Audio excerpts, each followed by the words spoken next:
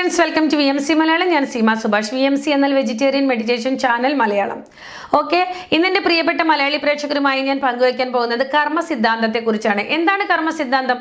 കർമാനുസാരേ ജന്മ. അതായത് നാം ചെയ്ത കർമ്മങ്ങൾക്കനുസരിച്ചാണ് നമ്മളുടെ ഈ ഒരു മനുഷ്യ ജന്മം. പൂർവ്വജന്മകൃതം പാപം വ്യാധിരൂപേണ. അതായത് പൂർവ്വജന്മങ്ങളിൽ നാം ചെയ്ത അജ്ഞാനം കൊണ്ടും അഹങ്കാരം കൊണ്ടും ഒക്കെ ചെയ്ത പാപകർമ്മങ്ങളുടെ അടിസ്ഥാനത്തിലാണ് ഇന്ന് നാം അനുഭവിക്കുന്ന തീവ്രമായിട്ട് രോഗങ്ങളും കഷ്ടങ്ങളും ബുദ്ധിമുട്ടുകളും പ്രശ്നങ്ങളും എല്ലാം. അതേപോലെ തന്നെ പൂർവ്വജന്മം ചെയ്ത പുണ്യങ്ങൾക്ക് അടിസ്ഥാനമാണ്, പുണ്യങ്ങളുടെ അനന്തരഫലങ്ങളാണ് ഇന്ന് നാം അനുഭവിക്കുന്ന ശ്രേയസ്കരമായിട്ടുള്ള സന്തോഷം നിറഞ്ഞ സമാധാനം നിറഞ്ഞ ആരോഗ്യത്തോടു കൂടിയുള്ള ജീവിതം. ഓക്കെ, സോ ചെറിയ ചെറിയ പാപങ്ങൾക്ക് ചെറിയ ചെറിയ രോഗങ്ങൾ, വലിയ വലിയ പാപങ്ങൾക്ക് വലിയ വലിയ രോഗങ്ങൾ. നാം ചെയ്ത പാപങ്ങളുടെ തീവ്രതയ്ക്കനുസരിച്ചാണ് ഇന്ന് നാം അനുഭവിക്കുന്ന തീവ്രമായ കഷ്ടങ്ങൾ, തീവ്രമായ പ്രശ്നങ്ങൾ, തീവ്രമായ അസ്വസ്ഥതകൾ, തീവ്രമായ രോഗങ്ങൾ, തീവ്രമായിട്ടുള്ള ഒരുപാട് ദുരന്തങ്ങൾ. ഓക്കെ, സോ ഇന്ന് നാം അനുഭവിക്കുന്ന ഓരോന്നിൻ്റെ ബാക്കിലും നമ്മളുടെ പാസ്റ്റ് ലൈഫിൽ നാം ചെയ്ത കർമ്മങ്ങൾ ക്യാരി ആവുന്നതിൻ്റെ അനന്തരഫലമാണ് ഇത്. So I create my own reality. ഞാൻ ചെയ്തതാണ് ഇന്ന് ഞാൻ അനുഭവിച്ചു കൊണ്ടിരിക്കുന്നത് എന്നുള്ള ഒരു സത്യദർശനം ആർക്കാണോ ഉണ്ടാവുന്നത് അവർക്ക് വളരെയധികം ഈ ഒരു കർമ്മങ്ങളിൽ നിന്നും മോചനം ലഭിക്കും. സോ ആ ഒരു നോളജിനെ ഇന്ന് എൻ്റെ കൂട്ടുകാർക്ക് പറയാൻ, എൻ്റെ കൂട്ടുകാരോട് പങ്കുവെക്കാൻ അതെൻ്റെ ഒരു ഭാഗ്യമാണ്. എന്താ വെച്ചാൽ ഞാനത് അറിഞ്ഞു കഴിഞ്ഞപ്പോഴാണ് ഞാൻ ചെയ്ത പാപകർമ്മങ്ങളുടെയും സൽക്കർമ്മങ്ങളുടെയും ഒക്കെ ബാക്കി പത്രമാണ് ഇന്നത്തെ ഈ ജീവിതം. അതായത് ഇന്നലെ എന്നുള്ള ഒരു ദിവസത്തിന് ഇന്ന് എന്നുള്ളതൊന്നുണ്ട്, ഇന്നേക്ക് ഒരു നാളെ ഉണ്ട് അല്ലേ. സോ കഴിഞ്ഞ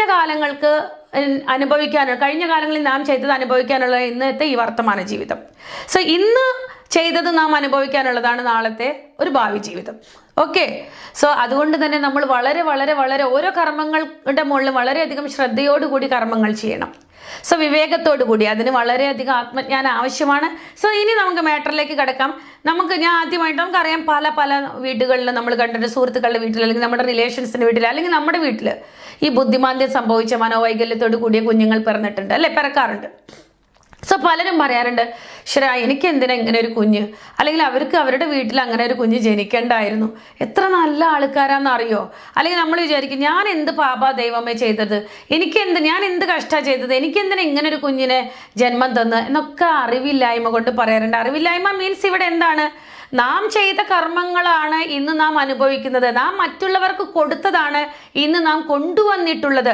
നാം കുഴിച്ചിട്ടത് ഏത് വിത്താണോ അതാണ് വളർന്നു വലുതായിട്ട് നമുക്ക് കായ്കനികൾ തന്നുകൊണ്ടേയിരിക്കുന്നത് എന്നുള്ളത് അറിയാതെ ഇന്ന് കാണുന്ന ഈ ഒരു വൃക്ഷം മാത്രമേ നമുക്ക് കാണുള്ളൂ. പക്ഷെ അതിൻ്റെ അടിയിൽ പാസ്റ്റ് ലൈഫിൽ നാം കുത്തിയിട്ട കർമ്മങ്ങളുടെ ആ ഒരു വിത്ത്, അതായത് ഈ ഒരു തൈ മുളയ്ക്കാൻ അതിൻ്റെ അടിയിൽ ഒരു വിത്ത് ഉള്ളത് പോലെ തന്നെയാണ് ഇന്ന് നമുക്ക് ഈ കാണുന്ന ഈ കാര്യങ്ങളുടെ ബാക്കിൽ പാസ്റ്റ് ലൈഫിൽ നാം ചെയ്ത കാരണങ്ങളുടെ ഒരു കൂമ്പാരം തന്നെയുണ്ട്. ഓക്കെ, സോ ആദ്യമായിട്ട് ഇന്ന് ഞാൻ ചർച്ച ചെയ്യാൻ പോകുന്നത് ഈ മനോവൈകല്യമുള്ള കുട്ടികളെ കുറിച്ചാണ്. അപ്പോൾ നമ്മൾ വിചാരിക്കും, ഈശ്വര, അങ്ങനെ പലരും പറയാറുണ്ട്, എനിക്കിങ്ങനെ ഈ കുഞ്ഞിനെ തന്ന കാരണം അവരുടെ ഈ ഒരു വേദനയിൽ നിന്നും പുറത്തേക്ക് വരാൻ വേണ്ടിയിട്ട് അവർ ഒരുപാട് പൂജകൾ ചെയ്യും, ഒരുപാട് ദാനധർമ്മങ്ങളോ അല്ലെങ്കിൽ യജ്ഞങ്ങളോ അങ്ങനെയൊക്കെ ചെയ്ത് നോമ്പ് വ്രതങ്ങളൊക്കെ എടുക്കും. പക്ഷേ അല്ലെങ്കിൽ ഈ കുഞ്ഞിനെ നന്നായിട്ട് ട്രീറ്റ് ചെയ്യാൻ വേണ്ടിയിട്ട് നന്നായിട്ട് ചികിത്സിപ്പിക്കാൻ വേണ്ടി ഒരുപാട് പണം ചെലവാക്കിക്കൊണ്ടിരിക്കും. പക്ഷെ ഒന്ന് പറയട്ടെ, നാം ചെയ്തതാണ് നാം അനുഭവിക്കുന്നത് എങ്കിൽ ഇങ്ങനെ ഒരു കുഞ്ഞ് നമ്മുടെ കുടുംബത്ത് ജനിക്കുവാനുള്ള കാരണം, ആരാണോ ഇങ്ങനെ ഒരു കുഞ്ഞിനെ ഗർഭത്തിൽ ധരിച്ച് ആ കുഞ്ഞിൻ്റെ അമ്മയാകുന്നത്, ആരാണ് ആ കുഞ്ഞിൻ്റെ പിതാവാകുന്നത്, ആരാണ് ആ കുഞ്ഞിന് സഹോദരന്മാരായി ജനിക്കുന്നത്, അതുമല്ലാതെ ഇനി ആ കുഞ്ഞിന് ആരാണോ രാത്രിയും പകലും ഒക്കെ ആ കുഞ്ഞിന് നിരന്തരം സർവീസ് ചെയ്തുകൊണ്ടിരിക്കുന്നത്, ഇവർക്കെല്ലാം ഈ കുഞ്ഞുമായിട്ട് ഗതജന്മത്തിൽ അല്ലെങ്കിൽ ഇങ്ങനെയൊരു കർമ്മവുമായിട്ട് ഗതജന്മത്തിൽ വളരെയധികം കാര്യകാരണ സംബന്ധങ്ങളുണ്ട്. അതായത് ഇങ്ങനെ ഒരു ബുദ്ധിമാന്ദ്യം സംഭവിക്കാനുള്ള ഒരു കുഞ്ഞിനെ ഗർഭത്തിൽ സ്വീകരിക്കുന്നത് ആരാണെങ്കിൽ പിന്നെ അവരുടെ ഭർത്താവ്, അതായത് ആ കുഞ്ഞിൻ്റെ മാതാവും പിതാവും, ആ വീട്ടിലുള്ളവർ ആരൊക്കെയാണ് ഈ കുഞ്ഞിന് സർവീസ് ചെയ്യുന്നത്, ഈ കുഞ്ഞിനാൽ മാനസികമായിട്ടുള്ള ദുഃഖങ്ങൾ, അയ്യോ എങ്ങനെ ഒരു കുഞ്ഞ് ഇവിടെ ജനിച്ചല്ലോ, അല്ലെങ്കിൽ എൻ്റെ മോളുടെ കുട്ടി, അല്ലെങ്കിൽ എൻ്റെ കുഞ്ഞ്, അല്ലെങ്കിൽ എൻ്റെ അനിയത്തി, അല്ലെങ്കിൽ എൻ്റെ അനിയൻ, അല്ലെങ്കിൽ എൻ്റെ ചേട്ടൻ എന്ന് ആരാണോ മാനസികമായിട്ട് വേദനിച്ചു കൊണ്ടിരിക്കുന്നത് അവരെല്ലാവരും കഴിഞ്ഞ ജന്മത്തിൽ, അതായത് നമ്മുടെ ഈ ജന്മത്തിൻ്റെ മുൻ ജന്മത്തിൽ, ബിഫോർ ബർത്തിൽ ഒരു വ്യക്തി വ്യക്തിയെ മാനസികമായിട്ട്, കുടുംബത്തിൽ എല്ലാവരും കൂടിയിട്ട് ഒരു വ്യക്തിയെ മാനസികമായിട്ട് ഒന്നിനും കൊള്ളാത്തവനാക്കിയിട്ട് ചവിട്ടി തേച്ച് അപമാനിച്ച് ഒറ്റപ്പെടുത്തിയിട്ട് നീ ഒരു ഭ്രാന്തനാണ്, നിന്നെ കൊണ്ട് ഒന്നിനും പറ്റില്ല, നീ പറഞ്ഞതൊന്നും ശരിയല്ല, നിന്നെ ഒരിക്കലും ഞങ്ങൾ കണക്കിൽ കൂട്ടുകയില്ല, നീ ഒന്നിനും കൊള്ളാത്തവനാണ് എന്ന് പറഞ്ഞ് മാനസികമായിട്ടും ശാരീരികമായിട്ടും എന്താ പറയുക, ഹിംസാത്മകമായിട്ടുള്ള ആ ഒരു വാക്കുകളുടെ ധോരണി കൊണ്ട് ഭ്രാന്തന്മാരാക്കിയിട്ടുണ്ടാവും. അതായത് ചിലവരുടെ വാക്ക് കേട്ടുണ്ടല്ലോ നമുക്ക് മരിക്കാൻ തോന്നും. അത്രയും ഭീകരമായിട്ട് വിഷം നിറച്ച വാക്കുകളായിരിക്കും, അത്രയും അവഗണനയായിരിക്കും അവരുടെ വാക്കുകളിൽ, അത്രയും വെറുപ്പും കോപവും ആയിരിക്കും. നമ്മളെ ഒറ്റപ്പെടുത്താൻ വേണ്ടിയിട്ട് പലരും ഇങ്ങനെ കിടന്ന് എന്താ പറയുക ഭയങ്കരമായിട്ട് പ്രയത്നിക്കുന്നത് നമ്മൾ കണ്ടിട്ടുണ്ട്. So note this point my dear masters. നമ്മുടെ കുടുംബത്തിൽ അല്ലെങ്കിൽ നാം ഈ കുടുംബത്തിൽ മാതാവും പിതാവും പിന്നെ ആ കുഞ്ഞിന് സംബന്ധിച്ച് ഒരുപാട് കുടുംബീകരുണ്ടാവും. ആ കുഞ്ഞിനാൽ മാനസികമായിട്ടുള്ള വേദന അനുഭവിക്കുന്ന ഓരോ വ്യക്തിയും ആ കുഞ്ഞ് ഇപ്പോൾ അനുഭവിക്കുന്ന വേദനയെ അല്ലെങ്കിൽ ആ കുഞ്ഞിനെ പോലെ വേറൊരു വ്യക്തിയെ ഗതജന്മത്തിൽ അങ്ങനെ ചെയ്തിട്ടുണ്ട്. ഓക്കെ, സോ ആരാണ് ഏറ്റവും കൂടുതൽ കഴിഞ്ഞ ജന്മത്തിൽ ഒരു വ്യക്തിയെ മാനസികമായിട്ട് പീഡിപ്പിച്ചിട്ടുള്ളത്? മാനസിക പീഡനം എന്ന് പറഞ്ഞാൽ അത് ഏറ്റവും വലിയ പാപമാണത്, മഹാപാപം. ആ മാനസിക പീഡനത്തിന് ശിക്ഷ എത്ര വലുതാണെന്നറിയോ? ഒരു ജന്മം മുഴുവൻ ആർക്കാണോ കഴിഞ്ഞ ജന്മം മാനസിക പീഡനം കൊടുത്തത്, ആ മാനസിക പീഡനം കൊടുത്ത വ്യക്തിയെ മാനസിക പീഡനം പീഡിപ്പിച്ചതിന് സ്നേഹം കൊണ്ട് ആ വേദനയെ, ആ അവർക്ക് കൊടുത്ത അപമാനത്തെ, അവരെ ഒറ്റപ്പെടുത്തിയതിനെ, അവരെ ചവിട്ടിത്തേച്ചതിനെ, അവരെ ക്രൂശിച്ചതിനെ, മാനസികമായി വാക്കുകളാൽ ഹിംസിച്ചതിനെ, ക്രൂശിച്ചതിനെ ഒക്കെ കഴുകിക്കളയാൻ വേണ്ടി അവരെ സ്വന്തം മകനായോ മകളായോ ഈ പുച്ഛിച്ചവരും പരിഹസിച്ചവരും വേദനിപ്പിച്ചവരും എല്ലാം സ്വന്തം വീട്ടിൽ ആ ഒരു വ്യക്തിയെ ഏറ്റവും കൂടുതൽ സ്നേഹിക്കാനും അതിനെ പരിചരിക്കാനും ചെയ്ത കർമ്മങ്ങൾ സ്നേഹത്തോടു കൂടിയ സേവയിലൂടെ കഴുകിക്കളയുവാനും വേണ്ടിയിട്ടാണ് അങ്ങനെ ഒരു കുഞ്ഞിനെ സ്വന്തം വീട്ടിലേക്ക് സ്വാഗതം ചെയ്യുന്നത്. സോ ഇതൊക്കെ ഈ ജന്മത്തിൽ ഇവർക്കൊന്നും അറിയാത്ത കാരണം ഇവരെന്ത് വിചാരിക്കും, ഈശ്വര എനിക്കെന്തിനാ ഇങ്ങനെ ഒരു കുഞ്ഞ് പറഞ്ഞത്, ദൈവമേ ഞാൻ എന്ത് തെറ്റ് ചെയ്തു, ദൈവത്തിനോട് നാഴികയ്ക്ക് 40 വട്ടം ചോദിച്ചുകൊണ്ടിരുന്നു. തെറ്റ് ചെയ്തത് കാരണമാണ് ശിക്ഷിക്കപ്പെടുന്നത്. പൂർവം, അതായത് പാസ്റ്റ് ലൈഫിൽ നാം മറ്റുള്ളവരെ ശിക്ഷിച്ചത് കൊണ്ടാണ് ഇന്ന് നാം ശിക്ഷിക്കപ്പെടുന്നത്. മാനസികമായിട്ട് പീഡിപ്പിച്ചവരാണ് നമ്മുടെ കുടുംബത്തിൽ, നമ്മുടെ വയറ്റിൽ തന്നെ ആ ഒരു മാനസിക പീഡനം അനുഭവിച്ച ആ ആത്മാവ് വീണ്ടും ആ ഒരു സ്നേഹത്തിനായി, ആ ഒരു കംപ്ലീറ്റ് കെയറിനായി, ആ ഒരു പ്രൊട്ടക്ഷന് വേണ്ടി, ആ ഒരു കംപ്ലീറ്റ് ആയിട്ടുള്ള ഒരു കമ്പാഷൻ ഇവരിൽ നിന്നും വേടിച്ചെടുത്തിട്ട് ഇവർ ചെയ്ത പാപങ്ങളെ കഴുകിക്കളയുവാനും ഈ ഒരു വ്യക്തി കഴിഞ്ഞ ജന്മത്തിൽ അനുഭവിച്ച ആ വേദനയെ സ്നേഹം കൊണ്ട് സ്വയം ഹീൽ ചെയ്യുവാൻ വേണ്ടിയാണ് ഇങ്ങനെ ഒരു രണ്ടുപേരുടെയും കമ്മിറ്റ്മെന്റ് കൂടിയാണ് ഇവിടെ ഈ ജന്മം എടുത്തിരിക്കുന്നത്. അപ്പോൾ ഇന്ന് ഈ കുടുംബത്തിൽ മാതാവും പിതാവും ഈ കുഞ്ഞിൻ്റെ മാതാപിതാക്കളായവരും ഈ കുഞ്ഞിൻ്റെ ചുറ്റും ജനിച്ചവരും ഈ കുഞ്ഞും എല്ലാം കഴിഞ്ഞ ജന്മത്തിൽ മരിച്ചു പോയതിനു ശേഷം സൂക്ഷ്മലോകങ്ങളിൽ ആസ്ട്രൽ വേൾഡിൽ മരണാനന്തര ജീവിതത്തിൽ അവിടെ ഒന്നിക്കും. ശരീരമെല്ലാം ഈ ഭൂമിയിൽ കഴിഞ്ഞ ജന്മത്തിൽ എല്ലാവരും മരിച്ചുപോയി, ശരീരം എല്ലാം ഇവിടെ ദഹിപ്പിക്കപ്പെട്ടു. അപ്പോൾ ഈ ആത്മാവ് സൂക്ഷ്മലോകത്തിലേക്ക് അത്യുന്നത ലോകത്തിലേക്ക് പ്രയാണം ചെയ്യും. സോ അതുകൊണ്ട് തന്നെ അവിടെ പ്രയാണം ചെയ്തിട്ട് അവിടെ ആകാശിക് റിക്കാർഡ് റൂമിൽ, ആകാശിക് റിക്കാർഡ് ഹാൾ എന്ന് പറഞ്ഞ എന്താണ്, ചിത്രഗുപ്തൻ നാം ചെയ്ത ഓരോ പാപകർമ്മങ്ങളും സൽക്കർമ്മങ്ങളും ഒക്കെ ചിത്രരൂപത്തിൽ എഴുതി ഉണ്ടാക്കിയിട്ട് ഗുപ്തമായിട്ട് എടുത്തു വെച്ചിരിക്കുന്ന ആളെയാണ് ചിത്രഗുപ്തൻ എന്ന് പറയുന്നത്. സോ നമ്മൾ മരണാനന്തര ജീവിതം, മരണാനന്തരം ഒരു ജീവിതമുണ്ട് കൂട്ടുകാരെ. സോ മരണം ഒന്നിൻ്റെ അവസാനമല്ല, ഒന്നിനും പരിഹാരമല്ല. സോ ആ മരണാനന്തര ജീവിതത്തിൽ നമുക്കായിട്ടൊരു സമയമുണ്ട്. സോ നാം ചെയ്ത കർമ്മങ്ങളെയൊക്കെ കാണിക്കാൻ വേണ്ടിയിട്ട് നമ്മൾ സിംഗിളായിട്ട് ഓരോ ആത്മാവിനെയും സിംഗിളായിട്ട് നമ്മളെ ഒരു സിനിമ കാണിക്കും. സോ ആ സിനിമയുടെ അനന്തരഫലം, അതായത് ദേഹം ഉണ്ടാകുമ്പോഴാണ് നമുക്ക് ദേഷ്യവും പകയും അസൂയൊക്കെ. ദേഹമില്ലാത്ത സമയത്ത് ആത്മാവ് കംപ്ലീറ്റ് ദൈവിക ഗുണങ്ങളാൽ തിളങ്ങിക്കൊണ്ടിരിക്കും. സോ ആ സമയത്ത് ഇങ്ങനെ ഒരു സിനിമ കാണുമ്പോൾ മൈ ഗോഡ് ഞാൻ ഇത്രയും കഷ്ടങ്ങൾ ഞാൻ മറ്റുള്ളവർക്ക് ചെയ്തിട്ടുണ്ടോ, ഇത്രയും ദാരുണമായിട്ടുള്ള ക്രൂരകൃത്യങ്ങൾ ചെയ്തിട്ടുണ്ടോ എന്ന് പറഞ്ഞിട്ട് അവർ റിയലൈസ് ആവും. ആത്മാവിൻ്റെ ഉള്ളിൽ, ആത്മസ്ഥിതിയിൽ അവർ ആ ഒരു പ്രായച്ചിത്തം പരിഹാരം ചെയ്യണം എന്ന് പറഞ്ഞിട്ട് അവർ ആ തിരിച്ചറിവിലൂടെ അവർ ആകാശ റിക്കാർഡ് റൂമിൽ നിന്ന് വരുമ്പോൾ പുറത്ത് ഗാർഡിയൻ ഏഞ്ചൽസ്, നമുക്ക് സപ്പോർട്ട് ചെയ്യാനുള്ള ഒരുപാട് ദേവദൂതന്മാർ നമുക്ക് സഹായം ചെയ്യാൻ വേണ്ടിയിട്ട് റെഡി ആയിട്ടുണ്ടാവും. അവർ ചോദിക്കും എങ്ങനെ ഉണ്ടായിരുന്നു സിനിമ, ഓക്കെ കൊള്ളാമോ എന്ന് ചോദിക്കും. അപ്പോൾ നമ്മൾ പറയും ഓ ഞാൻ ഇത്രയും ചെയ്തിട്ടുണ്ടോ, ശരി ഇത്രയും ചെയ്തത് കാരണം ഇതിനെ ബാലൻസ് ചെയ്യാൻ എനിക്ക് നല്ലൊരു ജന്മം വേണം. സോ ഇതിനെ ബാലൻസ് ചെയ്യാൻ ഞാൻ മറ്റുള്ളവരെ മാനസികമായിട്ട് വളരെയധികം പീഡിപ്പിച്ചിട്ടുണ്ട്, മാനസികമായിട്ട് ക്രൂശിച്ചിട്ടുണ്ട്, വേദനിപ്പിച്ചിട്ടുണ്ട്, അപമാനിച്ചിട്ടുണ്ട്. ഈ പാപത്തെ എങ്ങനെയാണ് ഞാൻ കഴുകി കളയുക എന്ന് ചോദിക്കുമ്പോൾ ഈ ദൈവദൂതന്മാർ നമ്മളെ നിരന്തരം കർമ്മങ്ങളിൽ നിന്നും രക്ഷപ്പെടുത്താൻ വേണ്ടി നമുക്ക് മാർഗനിർദ്ദേശം നൽകുന്ന മാർഗനിർദ്ദേശക ദൂതന്മാരുണ്ടാവും. സോ ആ ഒരു ഏഞ്ചലിക് വേൾഡിലാണ് അത് ഉണ്ടാവുക. സോ ആ ഏഞ്ചൽസ് നമ്മളോട് പറയും ഈ ഒരു വേദനാജനകമായിട്ടുള്ള ഈ വേദനയെ കഴുകിക്കളയണമെങ്കിൽ അങ്ങനെ ഒരു കുഞ്ഞിനെ ഗർഭം ധരിച്ചാൽ മതി. സോ ഈ ഒരു മാനസിക വേദന നിങ്ങൾ ആർക്കാണ് കൊടുത്തത്? ഒരു വ്യക്തിയെ ജീവിക്കാൻ പോലും സമ്മതിക്കാതെ, ഒരു വ്യക്തിക്ക് യാതൊരുവിധ സ്വാതന്ത്ര്യം കൊടുക്കാതെ, യാതൊരുവിധ വാക് സ്വാതന്ത്ര്യമോ ചേഷ്ടാ സ്വാതന്ത്ര്യമോ ആലോചനാ സ്വാതന്ത്ര്യമോ ഇല്ലാതെ ഒരു അടിമയാക്കി വെച്ചിട്ട് നിരന്തരം കുത്തി നോവിച്ചില്ലേ, ഈ ഒരു ആ സോളിനെ സ്വന്തം മകനായിട്ടോ മകളായിട്ടോ സ്വീകരിക്കൂ. എന്നിട്ട് ഈ ജന്മം മുഴുവൻ അവർക്ക് സ്നേഹത്തോടു കൂടി സർവീസ് ചെയ്യും. അവർക്ക് സ്നേഹത്തോടു കൂടി അവർക്ക് സ്നേഹം കൊടുക്കുക, അവരെ മനസ്സിലാക്കുക, അവരുടെ മുകളിൽ വളരെ ദയയോടുകൂടി ഉണ്ടാവുക. സോ അപ്പോൾ ആ പാപത്തിന്റെ തീവ്രത ആരാണ് ഏറ്റവും കൂടുതൽ ചെയ്തത്? ഏറ്റവും കൂടുതൽ ആ ഒരു സോളിനെ അപമാനിക്കുകയും വേദനിപ്പിക്കുകയും ചെയ്തത് അവര് അമ്മയായും, ആ ഒരു വ്യക്തി അമ്മയായി, ഈ ഒരു കുഞ്ഞിനെ അമ്മയായും.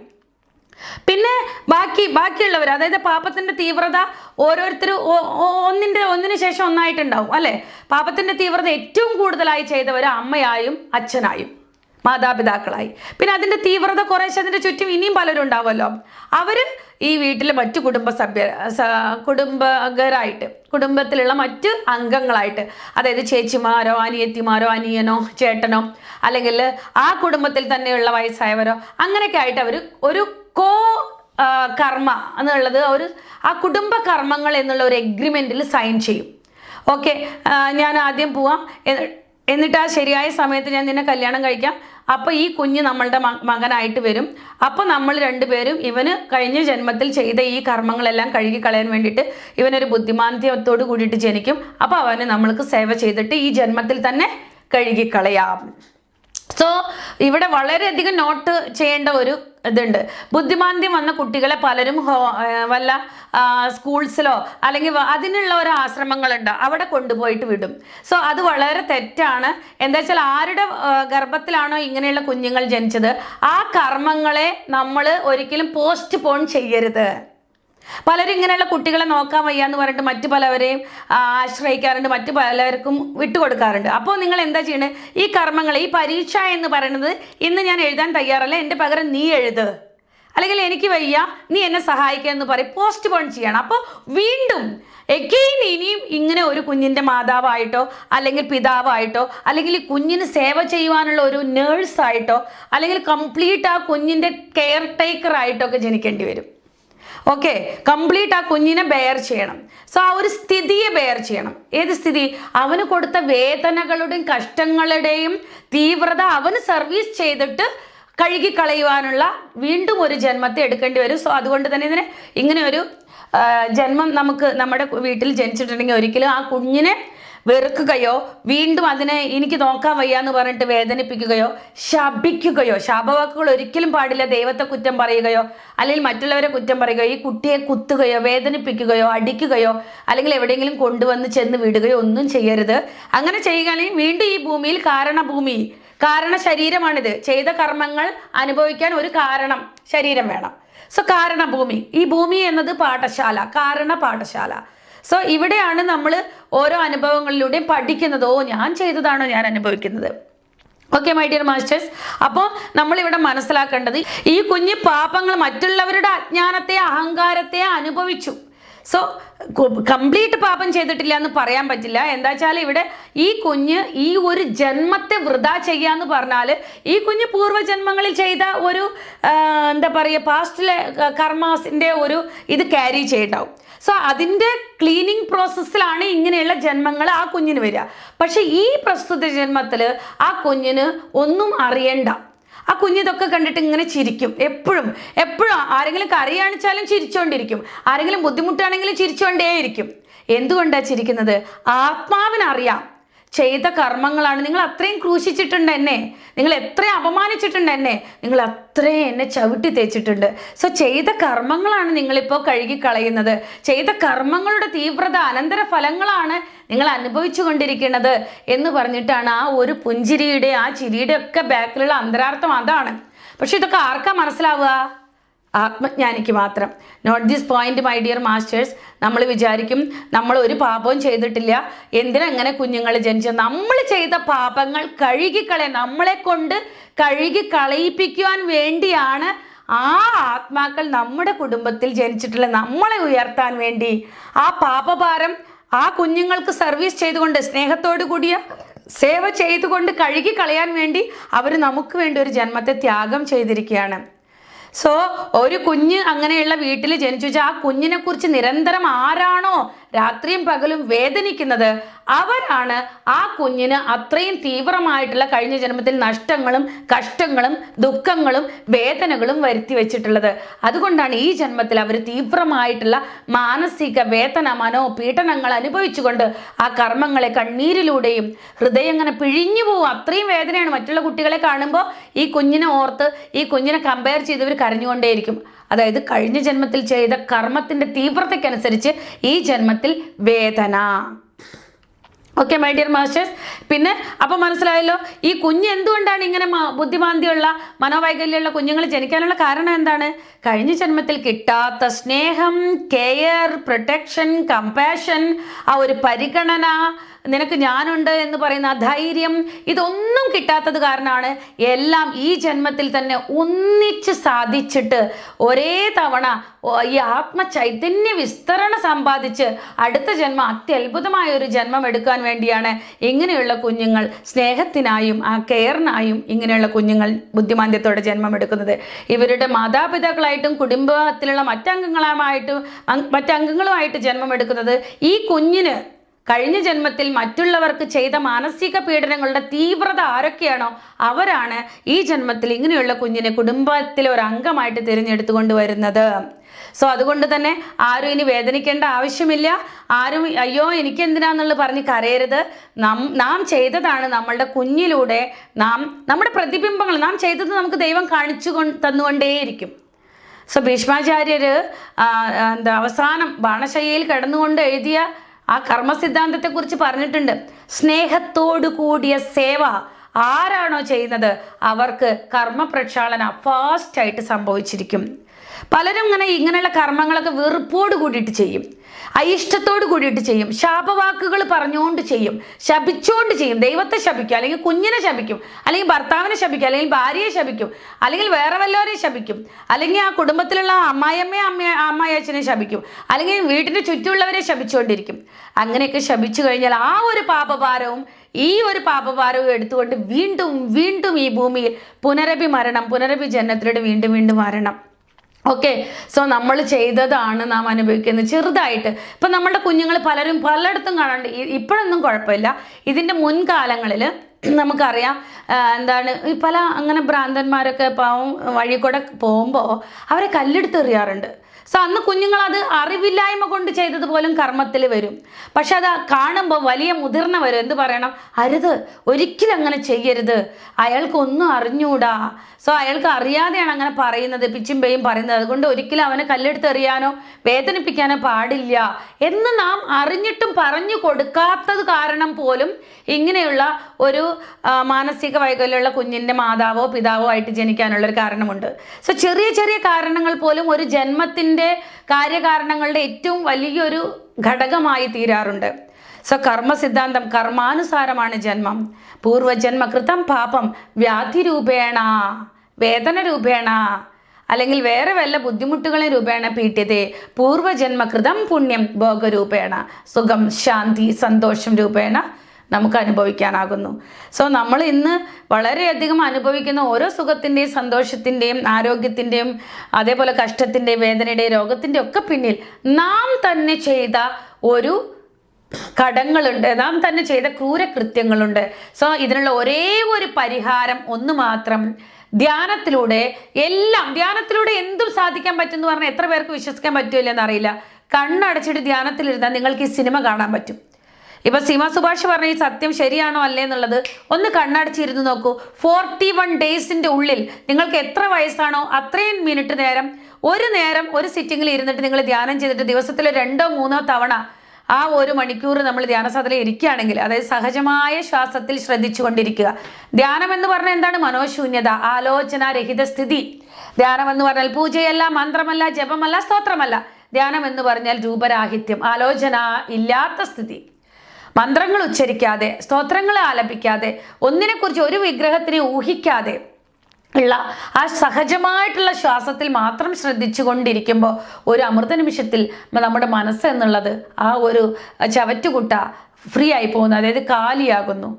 സോ ശൂന്യമായ മനസ്സാണ് ഭഗവാന്റെ വാസസ്ഥലം. ഓക്കെ, ശ്വാസമുണ്ടെങ്കിൽ ശിവം, ശ്വാസമില്ലെങ്കിൽ ശവം. ദേഹമാണ് ദേവാലയം, ശ്വാസമാണ് ഗുരു, ജീവനാണ് ദൈവം. ഇതൊക്കെ നമ്മൾ കേട്ടിട്ടുണ്ട്. പക്ഷെ എത്ര പേർക്ക് ഇതെല്ലാം മനസ്സിലാക്കിയിട്ട് ആചരിക്കാൻ കഴിയുന്നുണ്ടെന്ന് എനിക്ക് അറിഞ്ഞൂടാ. സോ അങ്ങനെ ആരെങ്കിലും ചെയ്യുന്നെങ്കിൽ 41 ദിവസത്തിൻ്റെ ഉള്ളിൽ നമുക്ക് ഓരോ കഷ്ടം വരുമ്പോഴും കണ്ണടച്ചിരിക്കുക. ഒരു രോഗം വരുമ്പോൾ കണ്ണടച്ചിരിക്കുക, ഒരു കഷ്ടം വരുമ്പോൾ, ഒരു നഷ്ടം വരുമ്പോൾ, ഒരു ബുദ്ധിമുട്ട് വരുമ്പോൾ, ഒരു വേദനകൾ വരുമ്പോൾ കണ്ണടച്ചിരിക്കുക. കാര്യകാരണങ്ങളെ സ്വയം ക്വസ്റ്റ്യൻ ചെയ്യോ. ഇതിൻ്റെ കാരണം എന്താണ്? ഞാൻ ഏത് പാപം ചെയ്തതിൻ്റെ ഫലമാണിതെന്ന് ഒന്ന് ഇരുന്ന് നോക്കൂ. നിങ്ങളുടെ ആത്മാവ് നിങ്ങൾക്ക് സിനിമ കാണിച്ചു തരും. കഴിഞ്ഞ ജന്മത്തിൽ ഇത് ചെയ്തു, ഇതാണ് കാരണം. ഞാൻ വെറുതെയാണ് പറയണമെന്ന് തോന്നുന്നെങ്കിൽ നിങ്ങൾ തന്നെ ട്രൈ ചെയ്യും. 1 രൂപ പോലും ചിലവില്ല, എങ്ങോട്ടും പോകേണ്ട ആവശ്യമില്ല.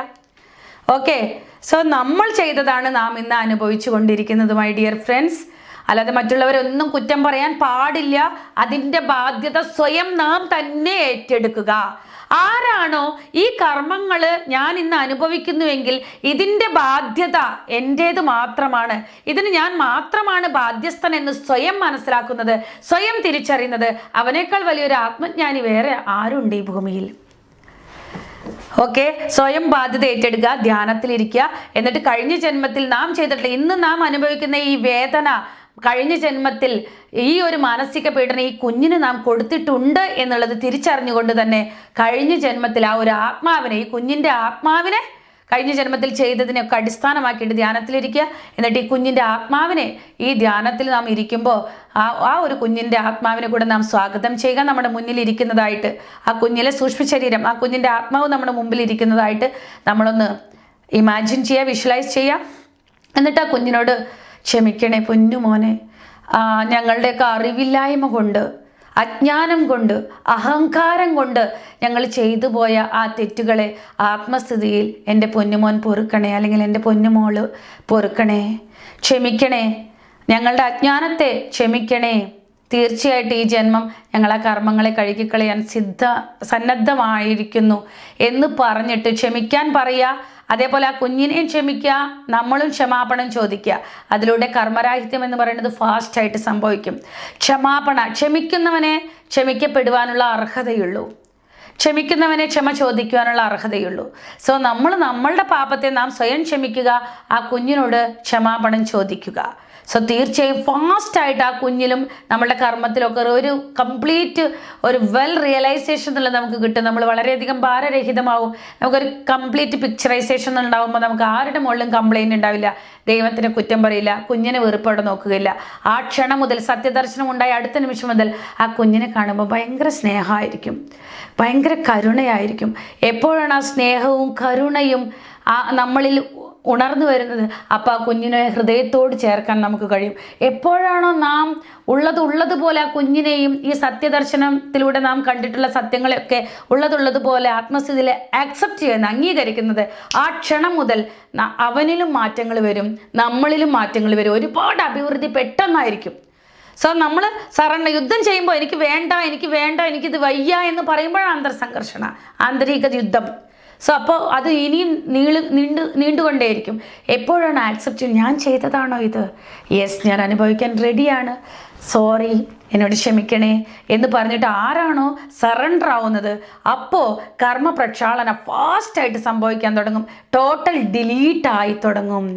സോ എല്ലാവരും ധ്യാനത്തിൽ ഇരുന്നു കൊണ്ട് ആത്മാക്കളെ, ആരിൽ നിന്നാണോ നാം ഇന്ന് ദുഃഖം അനുഭവിക്കുന്നത്, വേദന അനുഭവിക്കുന്നത്, അവരെ ധ്യാനത്തിൽ വിളിക്കുക. എന്നിട്ട് അവരോട് സ്നേഹത്തോടു കൂടി ആ ക്ഷമാപണം എന്നുള്ളത് ക്ഷമ ചോദിക്കുക. സോ അജ്ഞാനത്തെ പൊറുക്കാൻ പറയുക. ഈ ധ്യാനത്തിൽ ഇരുന്നു കൊണ്ട് ഈ അത്യുന്നത എനർജി കൊണ്ട് ആ ഒരു അത്യുന്നത ലോകത്തിലേക്ക് പോയിട്ട് ആ ക്ഷമിക്കുവാനുള്ള കഴിവിനെ ഓർത്തുകൊണ്ട് അതിനുള്ള ആ ഒരു അറിവ് അവർക്ക് കൊടുക്കുക. ക്ഷമിക്കാൻ നിങ്ങൾക്ക് കഴിയും, എൻ്റെ ഈ ധ്യാനത്തിൻ്റെ എനർജി നിങ്ങൾ അതിനായിട്ട് യൂസ് ചെയ്യുക, അതിനായിട്ട് എടുത്തോളൂ എന്ന് പറയുക. സോ ഇതൊക്കെ വളരെ സൂക്ഷ്മ രഹസ്യങ്ങളാണ്. നിങ്ങളുടെ സ്റ്റൈലിനനുസരിച്ച് നിങ്ങൾക്ക് സംസാരിക്കാം. അപ്പോൾ അങ്ങനെ ഡെയിലി ധ്യാനത്തിലിരുന്നിട്ട് ഇത് പറയുമ്പോൾ 41 ഡേയ്സിൻ്റെ ഉള്ളിൽ നിങ്ങളിൽ ഒരുപാട് മാറ്റങ്ങൾ സംഭവിച്ചിരിക്കും. ആ കുഞ്ഞിൽ ഒരുപാട് മാറ്റങ്ങൾ വരുന്നത്, ആ കുഞ്ഞിൻ്റെ ചിരിയിൽ മാറ്റം, ആ ഒരു ഗ്രഹിക്കാനുള്ള ശക്തിയിൽ മാറ്റം, അവൻ്റെ ബിഹേവിയറിൽ, അവൻ്റെ നോട്ടത്തിൽ, അവൻ്റെ സംസാരത്തിലൊക്കെ മാറ്റങ്ങൾ വരും. നമുക്കത് ഒരുപാട് കനം പാപഭാരമൊക്കെ ഇങ്ങനെ തീർന്നു കിട്ടിയിട്ട് വളരെ ഫ്രീ ആയ പോലെ, വളരെ ലൈറ്റ് ആയതുപോലെ നമുക്ക് ഫ്രീ ആയിട്ട് തോന്നാൻ അനുഭവപ്പെടും. ഒരു രൂപ പോലും ചിലവില്ല, എങ്ങോട്ടും പോണ്ട. ഒരു പൂജ ചെയ്തിട്ടും യാഗം ചെയ്തിട്ടും യജ്ഞം ചെയ്താലും പാപകർമ്മങ്ങളിൽ നിന്ന് രക്ഷപ്പെടാൻ പറ്റില്ല. സത്യത്തെ ദർശിച്ച് അതിനെ ഉള്ളതുപോലെ അംഗീകരിക്കുവാൻ കഴിഞ്ഞ് ക്ഷമ ചോദിച്ച് സ്നേഹത്തോടു കൂടി ആ കുഞ്ഞിനെ അല്ലെങ്കിൽ ആ പരിസ്ഥിതികളെ, ആ വ്യക്തികളെ ഹൃദയത്തോട് ചേർക്കാൻ കഴിയുമ്പോഴാണ് കർമ്മ പ്രക്ഷാളനം സംഭവിക്കുന്നത് masters. So do meditation daily. So നിങ്ങൾക്ക് VMCയിൽ ഒരുപാട് ഡിഫറെൻറ്റ് ടൈപ്പ് ഓഫ് നോളജ്, സൂക്ഷ്മ രഹസ്യങ്ങൾ നിരന്തരം ഡെയിലി അതിൽ അപ്ലോഡ് ചെയ്തുകൊണ്ടേയിരിക്കും. VMC മലയാളം സബ്സ്ക്രൈബ് ചെയ്യുക. VMC മലയാളത്തിലെ ഓരോ വിഷയങ്ങളും നിങ്ങൾക്ക് പെട്ടെന്ന് വരണമെങ്കിൽ ബെൽ ബട്ടൺ അമർത്താൻ മറക്കരുത്. പിന്നെ അതിൽ ആ ടോട്ടൽ എന്ന് അടിച്ചു കഴിഞ്ഞാൽ, ആൾന്ന് അടിച്ചു കഴിഞ്ഞാൽ നിങ്ങൾക്ക് കംപ്ലീറ്റ് നോളജ് കിട്ടും. ഒരു വ്യക്തിയുടെ ജീവിതശാസ്ത്രത്തിന് ആവശ്യമായ മഹാനിധികളെ പോലുള്ള സൂക്ഷ്മ രഹസ്യങ്ങളാണ് VMC മലയാളത്തിൽ കംപ്ലീറ്റും ചേർത്തിട്ടുള്ളത്.